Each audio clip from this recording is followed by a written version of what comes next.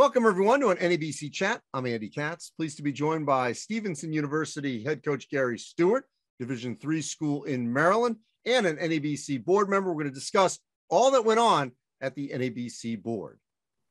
We want to go through some D1, D2, D3 topics, but let's first get an overall view of how you thought the board meeting went in terms of accomplishing and checking off some items that needed to be addressed.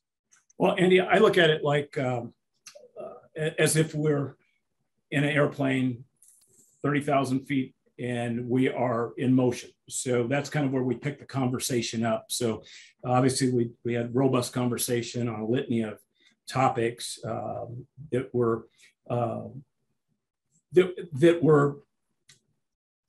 interesting topics for everybody, regardless of what level, and important topics.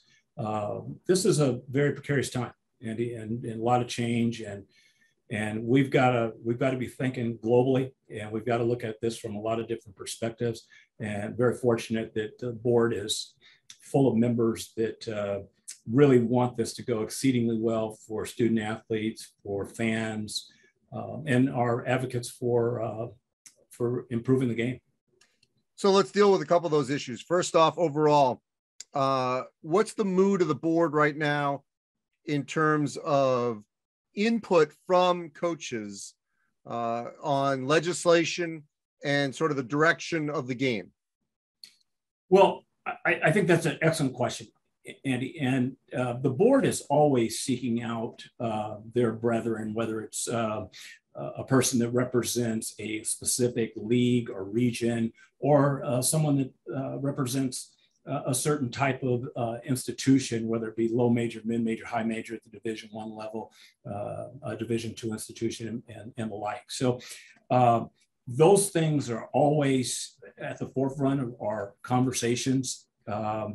Again, they're very complex issues, Andy. When you're looking at a situation that might affect X amount of schools, but might not have the same effect on other schools. And how do you resolve those issues? We're not in a business where one size fits all. So what does this look like in the best interest of college basketball? So they're very challenging issues, and we have some great dialogue around those things. And obviously the engagement of coaches at all levels and coaches that aren't sitting in the room. Our board does a good job of really trying to measure the temperature of the coaches throughout the country when they come to those meetings. So look, we can't be naive. College football runs realignment, runs a lot of college athletics right now. The power conferences dictate a lot of that. That's nothing to do with Indianapolis. That is in each of those power leagues. Now D2, D3 obviously have a different, sort of issues that they have to deal with. But how are coaches handling the changes in the game of, alignment, transfers, NIL, that, in a large part is happening sort of without their input? Well, part of the nature of coaching, Andy, as you well know, is to be flexible and adapt. And if we didn't have an understanding of that, certainly COVID certainly reinforced that. But again, having said that, it's critical that coaches are at the table. And what happens now in the legislative process is that coaches are often at the seat, at the table, one or two at the ground level. But that messaging is now taken to stage 2, stage 3, and stage 4 without the coach's input. And the concern is that the message is now convoluted. The message is not in the same tenor that you wanted it to be moving forward. And so we need to have a seat at the table. It's not because we're trying to run college basketball. We want to be able to enlighten the people that need to hear the information from the coaches that are on the ground level and have these intimate relationships with student athletes abroad. All right, so let's do the D1, D2, 3 issues right now. What are the most pressing issues that you think college basketball coaches are facing in Division I? Well, I think there's a blanket, Andy. And so instead of me going the NIL route, instead of me going the transfer piece, let's look at the transformation committee. And so within that, there's a lot of things there. One of the things that we're at a critical point Football certainly is on the track and on the straightaway in this, in terms of looking at this from a autonomy perspective, and not what's good for football is also good for soccer. It's time that we look at basketball in the same way. If you look at revenue producing sports across the board, basketball is unique and has unique challenges. And I think it's a new day where we've got to start wrapping our arms around, what does this look like? What does it mean for the NIL at the Division I level? What does this look like for transfers? What does this look like for recruiting and all those things? So we're thankful that the questions are being asked. Andy, we just want to make sure that the messaging is being heard by the folks that are making the decisions. On the Division II level, how critical is it to ensure that coaches have that access, a lot of the similar access, especially over the summer, that Division I coaches have? I think it's critical, Andy, because you have student athletes, and you're very well aware of a handful of student athletes every year transfer from Division II to Division I. And that has a profound impact on rosters throughout the country. So the transfer situation is a riveting deal that has profound ramifications for all divisions. And again, I think the best thing to do, Andy, again, I'm speaking for myself, but I think that my brethren is consistent with this messaging, is to adapt and remain flexible, because it is here. You know, now you could put safeguards in and do some other things.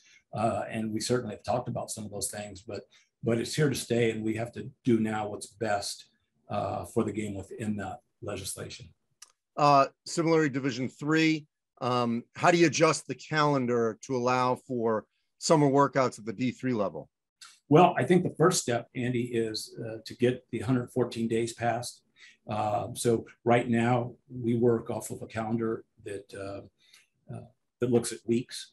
We would like to now get to a calendar that looks at 114 days, gives us a little bit more flexibility, i.e. if you use up one day in a week, it uses your week. So we want to get away from those type of things. And we have a litany of other sports and facilities at the Division III level. So it gives you flexibility with facilities as well in terms of when is best to practice. So that's the most critical and pressing thing right now. And then that will afford us the opportunity to have 8 practices at the front side of the season, which we don't have prior to October 15th right now.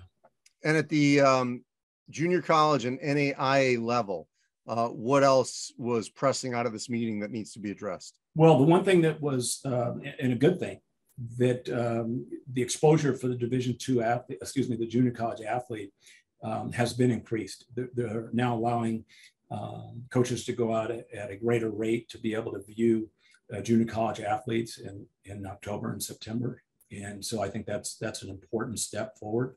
The NAIA has modernized their data for their tournament, looking at both analytics and data, so that they want to make sure that they're getting the right teams in their tournament. And they've changed a little bit, Andy. As you well know, they had 2 different tournaments, a Division I and a Division II on the NAIA side. Now they've capsulized this into one division. So changes in the offering for all divisions and all levels. Well, Gary, appreciate it. I know there's a lot to discuss in the months ahead as we head into that legislative cycle, and change is certainly afoot with certainly alignment and transfers at NIL. So a lot to sort of chew on here. Appreciate you taking some time. Thank you, Andy. I want to leave you with this, Andy, that Craig Robinson and his staff have been extraordinary in terms of the leadership through COVID. And so college coaches are in good hands. Membership is a critical component. What are we doing for, you and I didn't touch on that, but what are we doing for non-coaching staff members or young coaches getting in the profession? That's something that's on the forefront of every coach on our board. So we've got a lot on our plate, and we've got great leadership with Craig and his staff. So excited about what's to come. Appreciate it, Gary. Thank you. Thank you.